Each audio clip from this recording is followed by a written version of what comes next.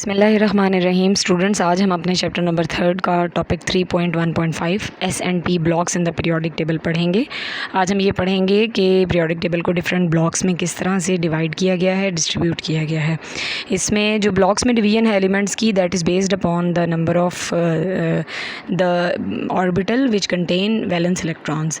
यानी अगर किसी जिन एलिमेंट्स के जो वैलेंस इलेक्ट्रॉन्स हैं वो एस ऑर्बिटल में मौजूद हैं तो they are all included in s block, और जिन एलिमेंट्स के जो वैलेंस इलेक्ट्रॉन्स हैं वो पी ऑर्बिटल में अकोमोडेट होते हैं उन्हें हम पी ब्लॉक एलिमेंट्स कहते हैं।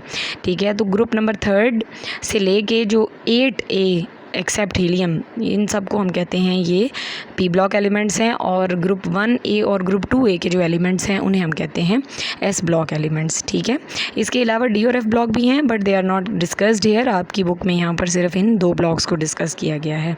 ठीक है, अब इसमें बैलेंस शेल इलेक्ट्रॉनिक कन्फिग्रेशन जो है, नेक्स्ट टॉपिक ये है कि हम बैलेंस शेल इलेक्ट्रॉनिक कन्फिग्रेशन को देख के किसी भी एलिमेंट की पोजीशन को जो है वो आइडेंटिफाई कर सकते हैं।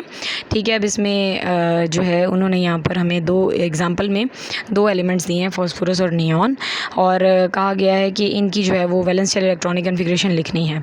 ठीक है, अब ये बात आपने याद रखनी है कि जो एन वैल्यू होती है बैलेंस शेल की वो पीरियड नंबर बताती है, और जो बैलेंस शेल में इलेक्ट्रॉन्स होते हैं वो हमें ग्रुप नंबर के बारे में आइडिया देते हैं। ठीक है, यहाँ पे उन्होंने देखें कि पीरियड नंबर फास्फोरस का अगर हम पीरियोडिक टेबल से आप देख सकते हैं तो इसका पीरियड नंबर 3 होता है, तो इसका मतलब इसकी जो एन वैल्यू है वो 3 होगी। तो इसका मतलब इसमें कौन सा शेल होगा, वैलेंस शेल एम होगा, क्योंकि 3 अगर वैल्यू हो एन की तो वैलेंस शेल एम होता है, और एम अगर 3 वैल्यू है तो इसके अंदर जो है वो सब शेल्स होंगे 3s और 3p सब शेल्स जो हैं वो मौजूद होंगे। और 3s में आपको पता है 2 इलेक्ट्रॉन्स आते हैं, और p में आपको पता है 5 इलेक्ट्रॉन्स आते हैं।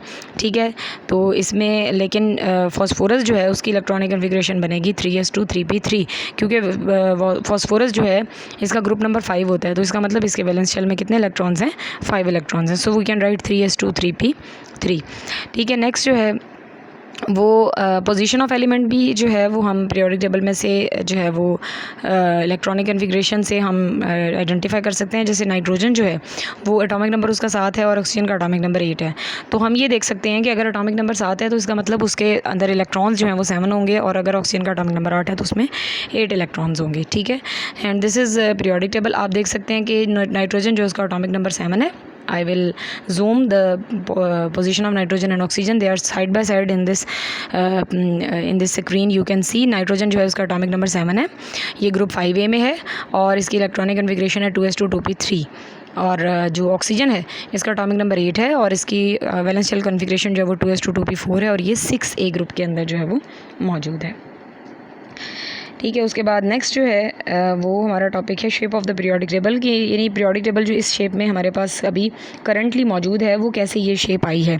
ठीक है, अब देखें हमारे पास पीरियोडिक टेबल को 2 तरह से अरेंज किया गया है। एक तो हम देख सकते हैं कि पीरियोडिक टेबल के जो है वो हमारे पास 2 चीज़ें होती हैं पीरियोडिक टेबल में। एक तो वर्टिकल लाइंस हैं जिन्हें हम ग्रुप्स कहते हैं, और एक हॉरिजॉन्टल रोज़ हैं जिन्हें हम पीरियड्स कहते हैं। अब पीरियड जो है उसकी खासियत ये होती है कि पीरियड में एक शेल स्टार्ट होता है, और at the end of the period जो है वो शेल कंप्लीट हो जाता है। जैसे कि फर्स्ट पीरियड जो है उसमें 2 एलिमेंट्स हैं, तो फर्स्ट शेल जो है के शेल उसमें मैक्सिमम 2 इलेक्ट्रॉन्स ही आते हैं, तो 1 इलेक्ट्रॉन हाइड्रोजन में 1 इलेक्ट्रॉन है, और जो इसके एंड पे एलिमेंट है उसके अंदर 2 इलेक्ट्रॉन्स आ जाते हैं। ठीक है, इसी तरह जो पीरियड नंबर सेकंड पीरियड जो है उसमें एल शेल होता है। एल शेल में जो है वो टोटल कितने इलेक्ट्रॉन्स आते हैं, एल शेल में टोटल 8 इलेक्ट्रॉन्स आते हैं, तो इस पीरियड में 8 इलेक्ट्रॉन्स हैं। This period starts from lithium and it ends up to neon.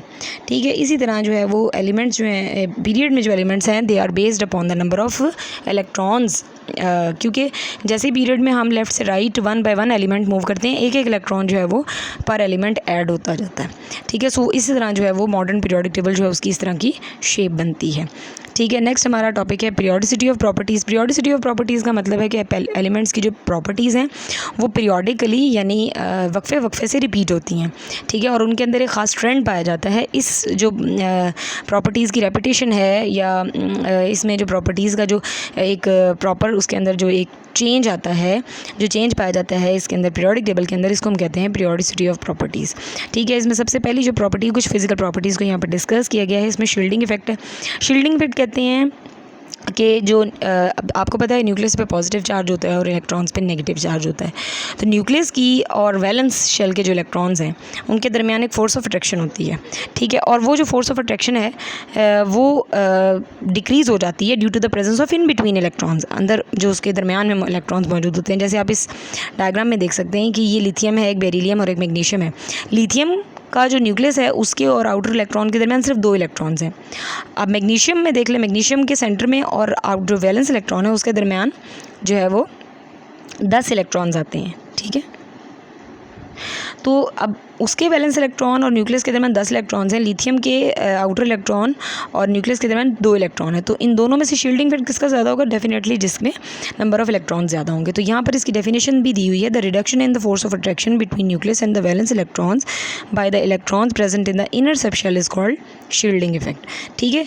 तो शील्डिंग इफेक्ट जो है ये डिपेंड करता है कि वैलेंस शेल और न्यूक्लियस के दरमियान इन बिटवीन कितने इलेक्ट्रॉन्स हैं। जितने ज़्यादा इलेक्ट्रॉन्स होंगे उतना ज़्यादा शील्डिंग इफेक्ट होगा। तो अगर हम इसके ट्रेंड की बात करते हैं तो अगर डाउन द ग्रुप जब हम आते हैं तो इलेक्ट्रॉन्स की तादाद में बहुत ज़्यादा इजाफा होता है, तो शील्डिंग इफेक्ट भी इंक्रीज़ हो जाता है। And as we move from left to right in a period, number of electrons 1 by 1 increase होते हैं। इस वजह से शील्डिंग इफेक्ट जो है वो almost remains same as we move from left to right in a period. So this is the trend of the shielding effect. यहाँ पर हम डिफरेंट एलिमेंट्स के शील्डिंग इफेक्ट्स को कंपेयर भी कर सकते हैं by depending upon the predicting the size of an atom and the number of electrons present in between the inner shell, outer shell and the nucleus of the atom. Next जो है वो हमारी atomic size है। Atomic size है size of an atom, और size of an atom जो होता है वो चूँकि atom is a very smallest particle, तो उसको हम एग्जैक्टली प्रेडिक्ट तो नहीं कर सकते, लेकिन हम उसके बारे में अंदाज़ा लगा सकते हैं बाय एवरेज डिस्टेंस जो है वो न्यूक्लियस और आउटर जो शेल है उसके दरमियान जो एवरेज डिस्टेंस होता है उसको हम एटॉमिक साइज़ कह देते हैं, ठीक है। अब एटॉमिक साइज़ जो है एटॉमिक रेडियाई की फॉर्म में भी डिटर्मिन किया जाता है कि एटम का रेडियस फाइंड कर लिया जाए, तो उससे भी हमें एटम के साइज़ के बारे में आइडिया हो जाता है कि एटम का साइज़ क्या है। तो एटम का साइज़ भी डिपेंड करता है नंबर ऑफ़ इलेक्ट्रॉन्स और नंबर ऑफ़ शेल्स पे। तो जैसे अगर हम इसके ट्रेंड की बात करते हैं जो कि यहाँ पर डिस्कस किया गया है इस पैराग्राफ में, ट्रेंड की अगर हम बात करते हैं तो लेफ़्ट, अगर हम एक ग्रुप में ट्रेंड की बात करें तो ग्रुप में डाउन द ग्रुप जब हम मूव करते हैं तो क्या होता है कि नंबर ऑफ़ इलेक्ट्रॉन्स जो हैं वो इंक्रीज़ होते हैं काफ़ी ज़्यादा नंबर में, तादाद उनकी ज़्यादा होती जाती है as we move from top to bottom in a group. तो एटॉमिक रेडियाई भी इंक्रीज़ होते हैं।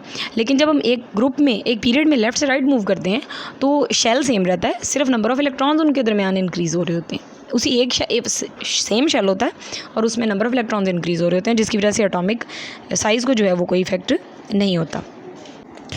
तो ये जो है वो इसका एटॉमिक साइज़ का ट्रेंड है। इस ट्रेंड को हम इस डायग्राम में भी देख सकते हैं। आप इस डायग्राम में देख सकते हैं उन्होंने एटॉमिक साइज़ की जो है वो ट्रेंड के हवाले से एक डायग्राम दी गई है, जिसमें आप देख सकते हैं कि अगर हम एक ग्रुप में देखें, जैसे कि फर्स्ट एक ग्रुप है, हाइड्रोजन से लेके हम फ्रांसियम तक मूव करते हैं तो साइज़ में काफ़ी ज़्यादा इंक्रीज़ हो रहा है। लेकिन अगर हम पीरियड में देखें तो पीरियड में जब हम सेकेंड ग्रुप में मूव करते हैं तो सेकेंड ग्रुप में आप देखें लिथियम जो फर्स्ट मेंबर है उसका साइज़ ज़्यादा है, और as we move from left to right size decrease होता जा रहा है, ठीक है। साइज़ डिक्रीज़ होने की रीज़न ये होती है कि शेल रिमेन्स द सेम, जैसे कि मैंने आपको पहले बताया शेल सेम रहता है और उसी एक शेल के अंदर जो है वो इलेक्ट्रॉन्स ऐड होते जाते हैं।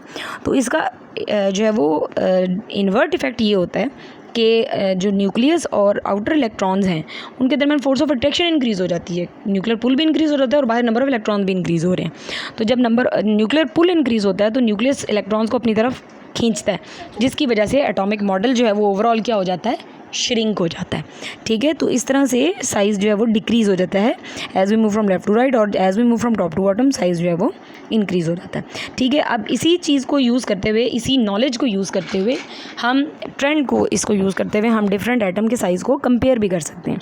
जैसे कि कोई आपसे पूछे कि सोडियम और पोटेशियम जो है इनमें से किसका साइज़ ज़्यादा है। अब अगर हम एग्जैक्ट वैल्यू नहीं भी पता, हमें ये पता है कि ग्रुप 1A में सोडियम ऊपर है और पोटेशियम नीचे है, तो डेफिनेटली पोटेशियम का साइज़ ज़्यादा होगा और सोडियम का साइज़ कम होगा।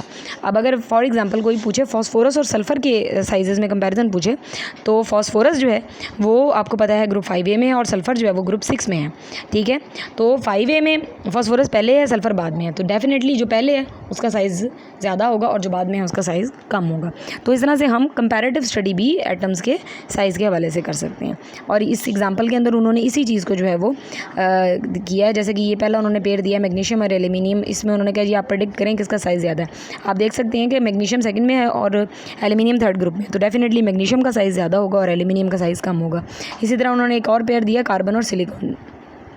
आप देख सकते हैं कि कार्बन जो है वो ग्रुप में ऊपर है और सिलिकॉन नीचे है, तो डेफिनेटली जो ऊपर वाले मेंबर्स हैं उनका साइज़ छोटा होता है और जो नीचे वाले मेंबर्स हैं उनका साइज़ ज़्यादा होता है। तो कार्बन और सिलिकॉन में से सिलिकॉन का साइज़ ज़्यादा होगा और कार्बन का साइज़ जो है वो कम होगा। तो इस तरह से कंपैरेटिव स्टडी से भी हम बहुत सारी जो है वो प्रॉब्लम्स इससे रिलेटेड जो है वो सॉल्व कर सकते हैं, ठीक है। तो नेक्स्ट इंशाल्लाह ताला हमारा टॉपिक आयनाइजेशन एनर्जी है, वो हम नेक्स्ट अपने लेक्चर में जो है वो डिस्कस करेंगे।